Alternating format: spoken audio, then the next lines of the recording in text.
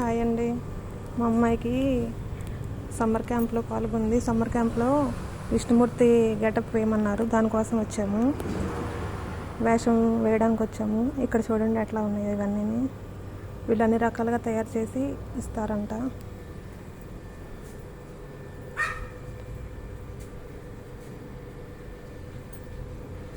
అన్ని రకాల ఫంక్షన్స్కి కూడా వేస్తారంట.